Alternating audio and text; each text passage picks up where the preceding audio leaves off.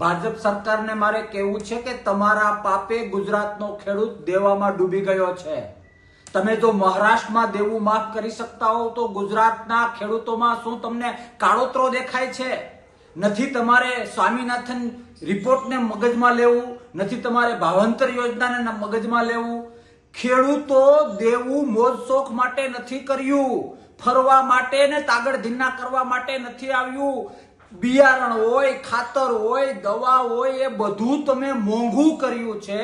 તમારી નબળી નીતિઓને કારણે ખેડૂત જ્યારે કંઈ પણ વસ્તુ ખરીદવા જાય છે તો એ મોંઘું થાય છે, અને જ્યારે એની ઉપજ, એનો પાક એ વેચવા જાય છે ત્યારે એને ભાવ નથી મળતો, ખર્ચો વધી જાય છે ને। એટલા માટે સરકાર તમારા પાપને કારણે, તમારી ખરાબ નીતિઓને કારણે આજે ગુજરાતનો ખેડૂત દેવામાં છે। જો મહારાષ્ટ્રમાં દેવું માફ કર્યું તો ગુજરાતમાં પણ માફ કરો।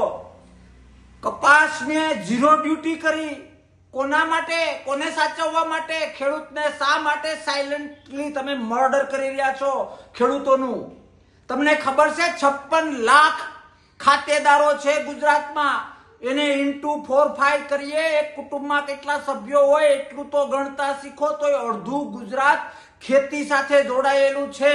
અને તમારા બજેટમાં સિંગલ ડિજિટ હોય છે ખેડૂતો માટે અને ખેતી માટે। શા માટે કૃષિ પ્રધાન ને ખેડૂત પ્રેમની વાહિયાત વાતો કરીને ખેડૂતોને મરવા માટે તમે મજબૂર કરો છો?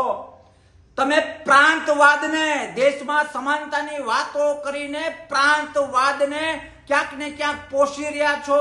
જો મહારાષ્ટ્રમાં માફ થઈ શકતું હોય તો ગુજરાતના ખેડૂતોનો વાંક શું? ગુજરાતના ખેડૂતોએ તમને મત આપ્યા છે, ત્યાં બેસાડ્યા છે।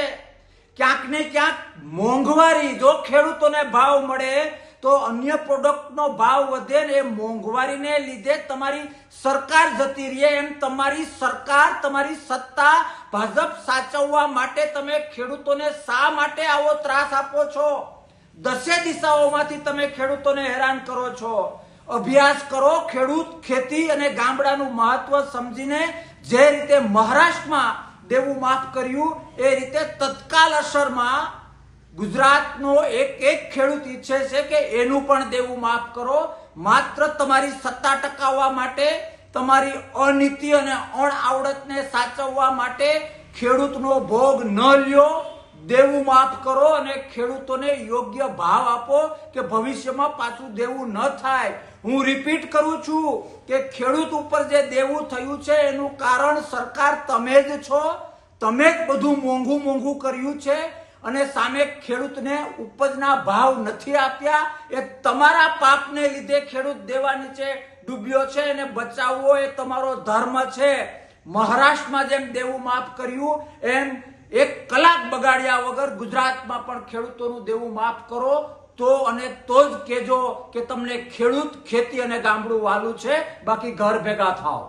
જય હિન્દ, ભારત માતા કી જય, જય જવાન, જય કિસાન।